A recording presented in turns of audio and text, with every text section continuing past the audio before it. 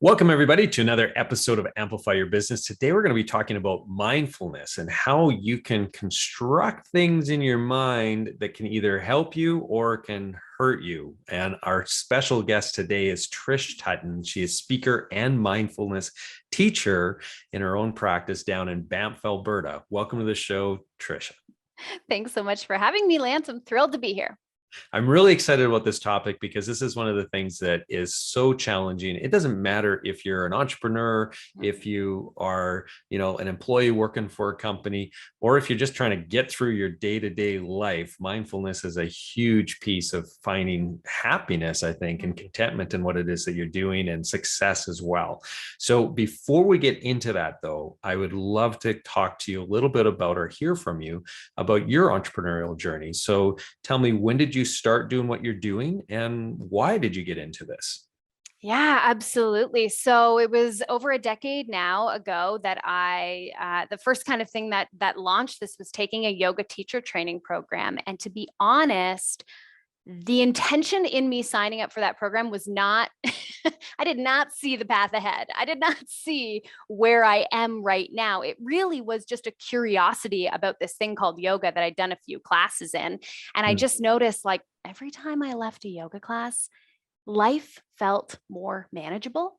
Yeah. Like all the stresses and the problems in my life just felt, they weren't gone, they weren't solved, but they felt more workable after that class. And so I thought, well, I got to know more. So I took a training program with honestly no intention to teach or share. I was actually on a path of a career working in not-for-profits in event administration and event production.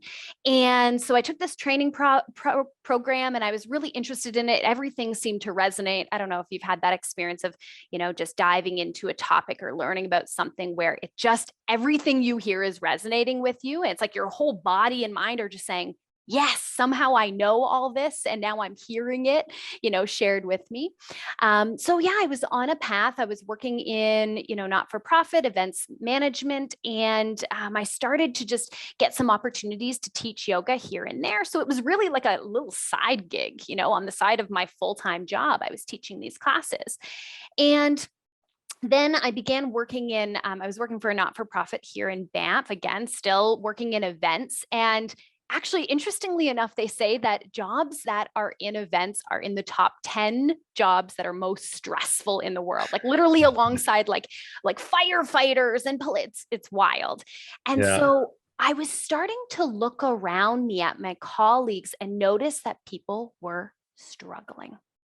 People were struggling so much with the stress of not only their jobs, definitely their jobs, but also their personal life. It was this juggle. Everybody was, overwhelmed. There was so much burnout. There was so much anxiety. There was a ton of people who would show up to the office way earlier than me, stay way later. There was this almost culture that you had to be stressed out, and that was a sign of success.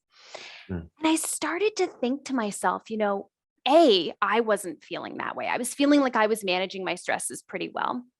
And B, I thought these people could really be supported with some of the things that I've learned in my yoga and mindfulness journey that I'm teaching in a yoga studio, but they might not want to come to a yoga studio. Not everybody wants to, take off their shoes and socks and roll out a yoga mat and put on stretchy pants, and that's fine. And I thought to myself, these teachings and techniques could really help a more wide range of people who don't find themselves wanting to come to a yoga studio. How do I get this to them? And at the time, I actually worked at a conference, a center that hosts conferences. And as you said, I live in Banff. It's a major tourist destination. Yeah. A lot of people want to bring their conferences here. And I thought, well, what if I put together something that I can offer to conferences just here in town? Anyways, long story short, I did my first speaking engagement in 2016 at the Fairmont Banff Springs. I did a 1-hour talk. It was in this conference's wellness stream. And I taught them all about how mindfulness can support them, as you said, to live a life of more fulfillment, of less stress, less anxiety, more happiness, be able to work in their whatever their job was with more effectivity, more efficiency. And it was honestly after that, at that point, I had only really seen this being kind of a conference offering. And it was literally after that first talk that somebody came up to me and said, I loved your presentation. I want my team. They were a local group here in Banff, a local organization. And they said, I want my team to learn these skills. Can you come and do, an 8-week program with us? And so that was another little spark of, okay, maybe this isn't just speaking at conferences. Maybe this is workplace programs. And to this day, about what are we now? I guess 6 years later, after that first speaking engagement, those two things are the two biggest pillars of my business. I do speaking engagements at conferences, I do keynotes, and I do workplace training programs. So now talk to me a little bit about your experience being an accidental entrepreneur then, because that's a whole nother skill set than what I'd imagined that you had coming into that first, I guess, training session that you had done where you were learning how to become a yogi and then, parlaying that into a business. So talk to me a little bit about the challenges that you faced maybe in those early days, how you overcame those, and maybe some of the challenges that you face today as an entrepreneur. Yeah, for sure. I think, one thing that would probably resonate with a lot of your audience is just feelings of self-doubt or feelings of like, can I actually do this? Can I, that first moment, that first speaking engagement and those first gigs, it was kind of just fun, to be honest. And then realizing like, hey, this might actually be able to translate into a career, into a business that frankly, I'm going to get much more fulfillment out of than I was out of my office job that I was working in at the moment. So yeah, there was definitely some self-doubt. There was, certainly some transferable skills that I had in my my previous career. I always consider myself to be like super organized and detail oriented. And that was really my skill set going into events, but kind of the bigger picture, that wasn't necessarily my skill set. So definitely noticing pieces that came easily to me and the pieces that were tricky. And then honestly, seeking out support for those pieces that either I didn't have the skill set for, or maybe it was just an area of building the business that I wasn't really interested in. So trying to find, over the years, I've worked with several different people to support me in different areas of, helping me with my speech writing and honing in my speaking skills, helping me with business strategy and messaging and branding and things like that. So yeah, it's been a journey and it still is. I mean, still every day, there are moments where you get a no and you have that self-doubt creep in and you have that moment of, yeah, will this continue? Will this be sustainable? But, good things keep coming my way and amazing clients keep coming my way. I find most of my business, I would say 95% plus is all referral based. And I've been really, really lucky to work with amazing clients who have referred me on and that I haven't had to do a ton of marketing other than things like appearing on podcasts just like this and just developing those really good relationships with my current clients so that they continue to refer me along. So I want to focus in on a word that you used there, and that was lucky. I've been very lucky to have clients that refer me on. And so that's an interesting word from somebody who is really focused on mindfulness and probably manifestation and positive. Just the putting out a lot of positive energy and attracting that back into your life. And so I'm curious about the use of that word and if that was like a miss quote, or if you do feel that it's luck, or do you feel that it is actually some of the work that you're doing that's actually this is a really good point, Lance, and I appreciate you pointing that out. And I think you're right. I mean, certainly, what is luck? How do we even know what that, and I have put a ton of work into, so I appreciate that, that little call out. I have put a lot of work into it. And I think you're right. I think, when you show up authentically and you're really like, this is one of the pieces of feedback I get a lot is that people just say, we can tell that like, this is not just a business for you. Like you live this and you preach it and you also practice it. And that's why it comes across so authentically. So maybe it's not luck. Maybe it's just showing up as, someone who's really authentic in their message and doing really, really good work. And then the people show up for you.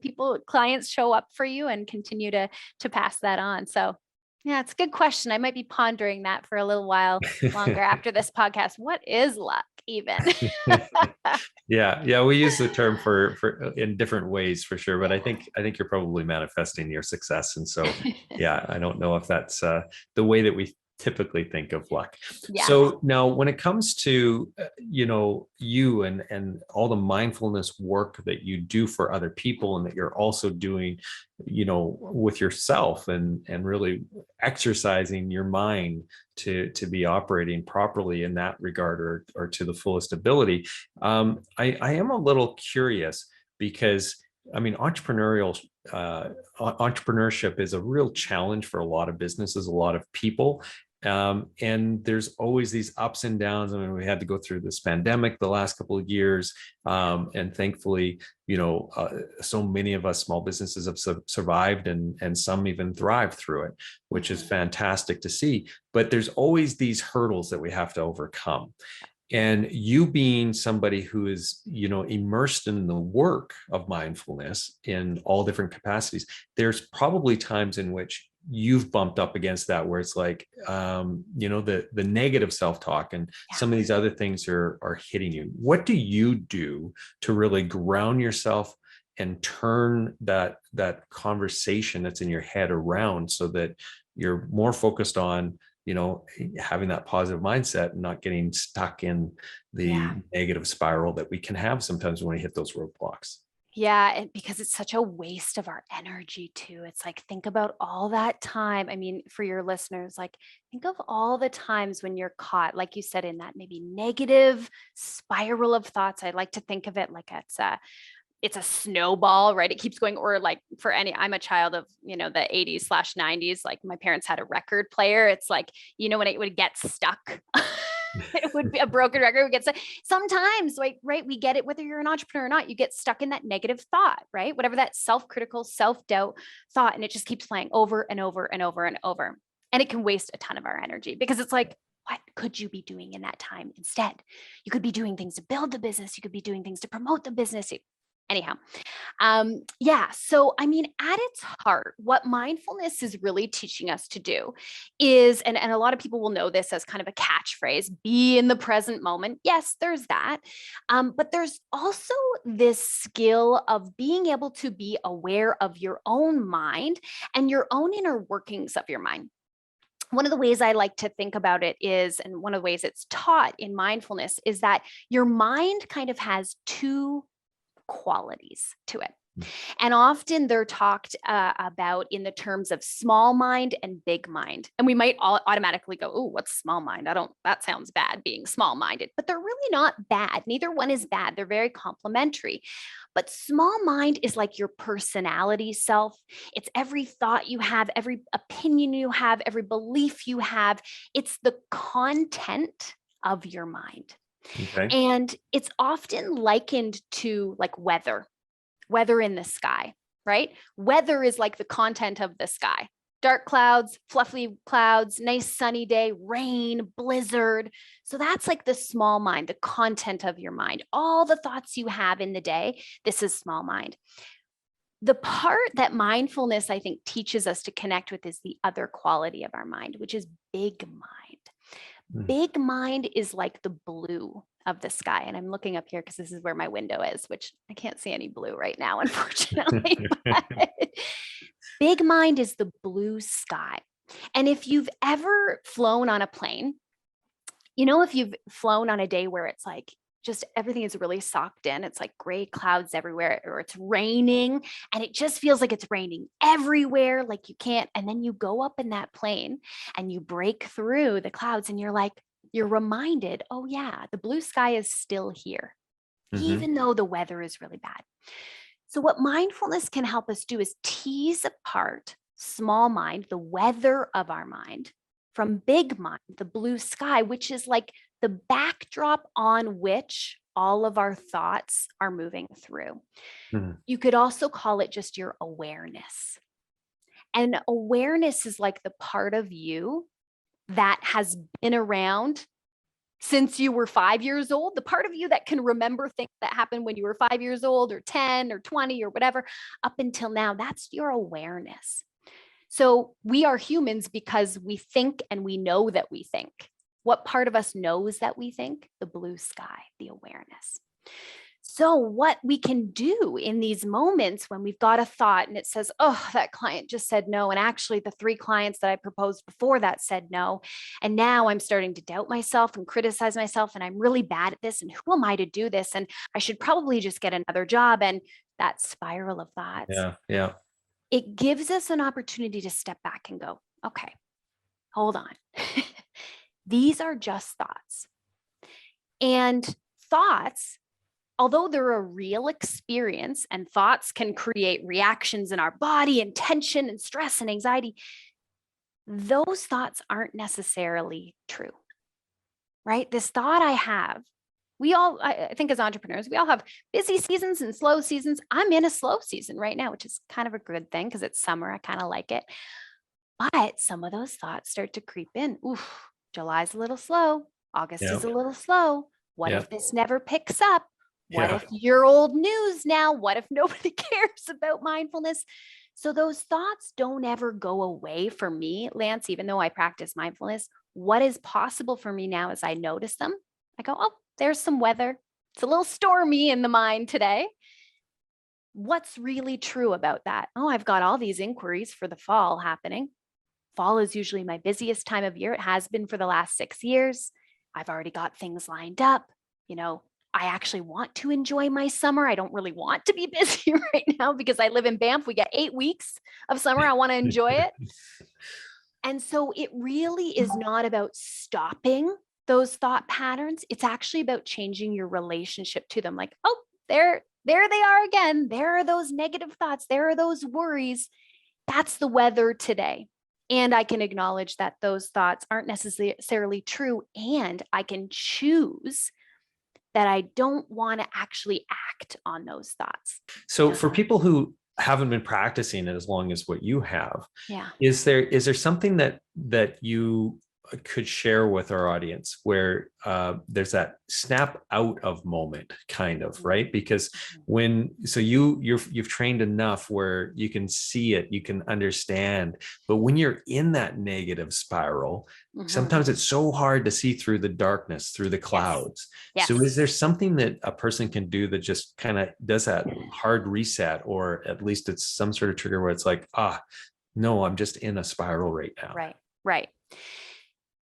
So it's kind of like saying, if you're really physically weak, if you haven't built up physical muscle, is there something you can do to just like snap yourself so that you can be strong for just a moment where you want to rearrange your living room? You just want to move, your partner's not home. You just want to move that couch really quickly so that you can make a nice little. Okay, wait a minute, Trish, you're telling me there isn't a shortcut to this then? Is this what you're telling me? We live in this world where everyone's like, can I microwave it? Can I listen to it on 3 times speed so I can get it done? And actually mindfulness is like the opposite of that. Yeah. That is the problem. That is one of the problems, is that we're just all trying to, right? And one of the benefits of mindfulness is getting this opportunity to slow down. But I will also give you an answer that hopefully will help people as well. So while I'm saying that this is a skill that takes practice and to hone, and it's something that happens over time. Also, what one might do right now after listening to this, if they notice, oh yeah, I've really been stuck in this. I've been feeling a lot of stress, a lot of negativity around my business. Maybe it's because I'm having some of these negative thought patterns looping like a broken record. You might just take a moment and write some of these things down. What am I thinking right now? What are the thoughts I'm having around my business? Things are slow. What if it never picks up again? Whatever those thoughts are, write them out, because what happens is, just like weather in the sky can cloud things up and it gets very confusing and foggy and maybe you can't see because there's, I don't know, fog or rain. Similarly, in our mind, when there's so many thoughts just like circulating through the mind, it's hard to tease them apart and even actually identify them. So if you were to take a moment, even just a couple minutes, to sit down with a pen and a piece of paper, get these thoughts out on paper, to see them in front of you, to notice that, oh, that's the thought that I'm having, and then maybe take a moment to challenge it, right? Even asking yourself really clearly, like, is this thought 100% true? right? Mm. And usually the answer is no. Usually there might be another perspective you can take to look at that thing, and that you're caught. And often we're caught in a negative thought pattern as well, because our nervous system is all jacked up. We're in a stress state. So something we can also do is do something to calm the nervous system, then take a look at these thoughts and ask yourself, are these really true? Is there a different perspective? Do I want to believe that thought? Do I want to follow it down that dark hole of negativity? Or do I want to make another choice? So in today's world, there's been, after 2 years of the pandemic and Mhm. all the world events that are going on right now, we're going to, it sounds like, start going into a bit of a global recession. They're all talking about, gas prices are through the roof, so we can't all be driving off to Banff anymore, or not as frequently as maybe we want to. So there's all these different things. It seems like there's a lot of anxiety that's building and building and building. Are you finding that in your work, that what the global human condition now, is it any different than what it was 6 years ago when you first started it, in your opinion? Or is this just perception that things are more anxious, there's more stress, there's more anxiety within Yeah. our global population? Yeah, it's a great question. Like, there's part of me that wants to say, like, yes, I think it's gotten worse.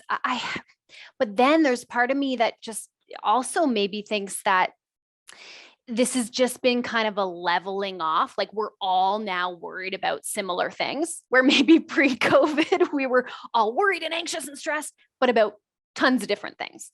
And Mm. now this is like giving us a level playing field to go, like, we're all, really worried and anxious about some of the same things now. And I think, a bit of a silver lining in everything that's occurred in the last couple of years is that mental well-being has really come to the top of many organizations and people's priority list. And I think what we've actually seen is we've just seen it happen on a mass scale. So pre-COVID, yes, folks were struggling with stress, anxiety, burnout was a massive thing. But probably what was happening in organizations was, it was like, oh, this person's burnt out right now. And then a couple months later, oh, now this person. And then a year later, these people. And it was kind of staggered. And I think what organizations started to see during the pandemic is, it was like, oh my gosh, it's happening to everybody almost all at once. And they could no longer ignore, and I'm really just speaking from the clients that I work with in my workplace training programs, they were realizing we can't ignore this, because what we're seeing is not just our humans who work for us struggling. We're seeing the domino effect of the humans struggling are creating problems for the business, right? We're not being able to problem solve as easily. We're not being able to be creative and come up with great solutions for our clients. We're experiencing people having to take a ton of stress leave and burnout. And we're seeing communication issues in our organization. We're seeing, just all these different problems that surface. We're seeing just a whole culture of people feeling negative and not having any optimism or hope for the future.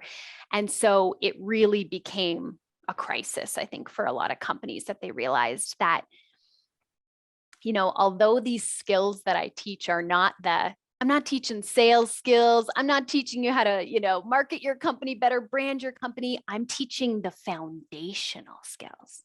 Mm. Right. And it's like, if you build a home without a foundation, it's going to crumble. Same thing. Your company is run, your organization is run by humans, and they need to have some basic foundational skills to keep themselves well, mentally well, physically well, optimistic, hopeful, and positive. They need to be managing their stress to be able to do their work well. So they really, I think we're realizing we can have all the skills in the world and do the work we do as an organization or a company amazingly. But if our people aren't supported at basically their most simplistic, supportive, places, and their stress management, their well-being, mental and physical, they can't use those skills they have. They can't do well. So yeah, Yeah, it's a bit of a contradictory answer for you, but yeah, I like it though. And so this is another thing that I was thinking too, and I was pondering your business and just thinking, okay, so with this greater awareness around depression and anxiety and the impact that it has in the workplace. Like I think you're right. Like we've just over the last couple of years, there's been this explosion of awareness and people talking about it, mental health and so on a lot more, and how that plays in the workplace and the importance of it on the person, but also on your business. And so to me, 6 years ago, there was a little bit of that. Maybe there was much more than what I perceived at the time, because it wasn't in my realm of awareness quite as much. But it seems like now, mindfulness is something that I hear talked about a lot, where I didn't really hear a lot of that 6 years ago when you first started your business. And so I'm curious if you're seeing it, that there's a wave there in terms of awareness around mindfulness, and then therefore a desire. The model of success, I think, that our dominant culture, Western culture, defines as like constant growth. Yeah. Practicing mindfulness and living in Banff around nature, it's like there is something really interesting about nature, that things don't grow all the time. Things don't constantly grow. They go through seasons and waves. And I also, am really grounded in the fact that what I want for my business is, it's me. I'm the speaker. I have no desire to like hire other speakers and get more people. Like, I actually am, to be honest, at a place in my business where if I maintained and didn't grow a ton more, I would be really, really happy if I could maintain where I am. Because what I'm really aware of is that growth, whether it's financial growth and whether it comes at a cost. And I always want to be really aware that success to me doesn't just mean that I'm making more money and that I don't want to burn out. That would literally be the opposite of what I'm out there teaching and sharing. And so at this point, I'm actually really happy with where I'm at. And while I know that there's, more folks who could be served, I don't really want to sacrifice the time that I have. So in fact, there are things I say no to because I'm really clear on what my definition of success is. And it involves a lot more focus on the time I have for myself than growth. That being said, things like being on podcasts is one of, a strategy I have to get out there, to get my voice out there. And I really focus on serving my current clients. One piece of advice that I was given is like, try to focus on the people who already are in your circle. Nurturing them, giving them your best, right? Instead of who else is out there? Who else doesn't know about me? Who can I call? Who needs to find out about me?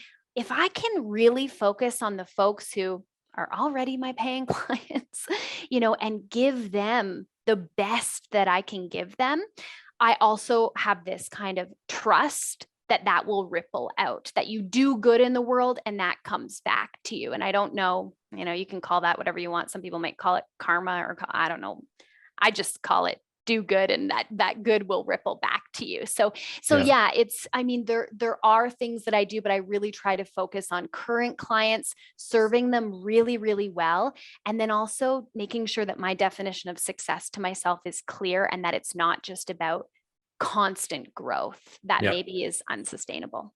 I love the authentic answer that you gave to that, because that is something that we as entrepreneurs, like you said, it's kind of an expectation that's been placed within our culture, where unless you're growing, you're dying essentially. And and contentment, you can never kind of just be content at where you're at. You got to just keep on growing, right? And so to not get caught in that loop, I guess, of that need, I guess, to continue to grow, and really being confident in where you're at. And I think that comes exactly what you said from your definition of success, and then being really authentic and true to that.